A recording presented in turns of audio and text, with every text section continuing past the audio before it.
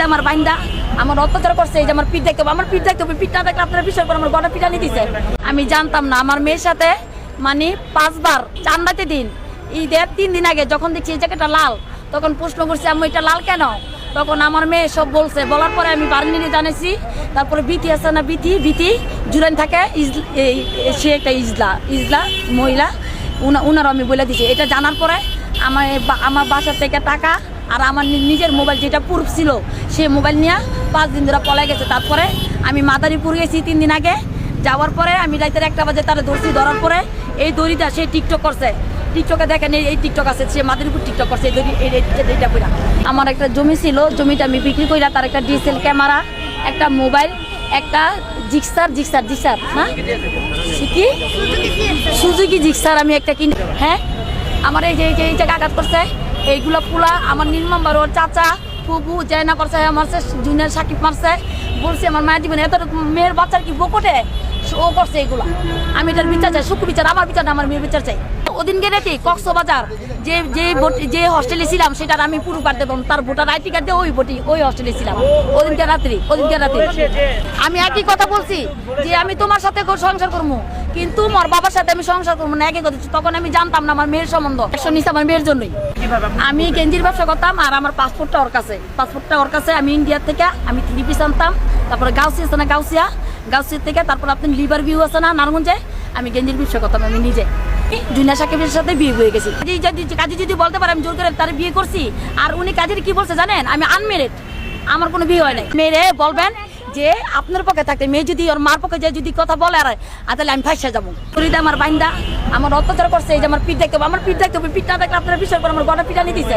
আমি জানতাম না আমার মেয়ের সাথে মানে 5 বার চান্দাতে দিন ঈদের 3 দিন আগে যখন দেখছি এই জায়গাটা লাল, তখন প্রশ্ন করছি আম্মু এটা লাল কেন?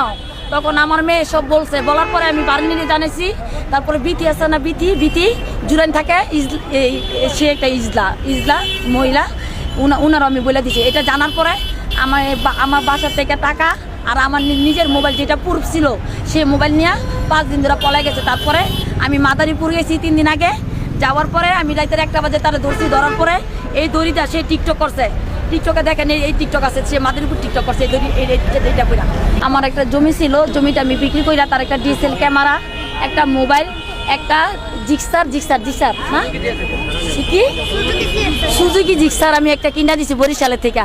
হ্যাঁ, আমার এই জায়গা আঘাত করছে এইগুলো পুলা আমার নির্মমবার ওর চাচা ফুবু জয়না করছে, মারছে জুনিয়র সাকিব মারছে, বলছে আমার মায়ের জীবনে এত মেয়ের বাচ্চার কি বকটে ও করছে এগুলো। আমি এটার বিচার চাই, সুখ বিচার, আমার বিচার না, আমার মেয়ের বিচার চাই।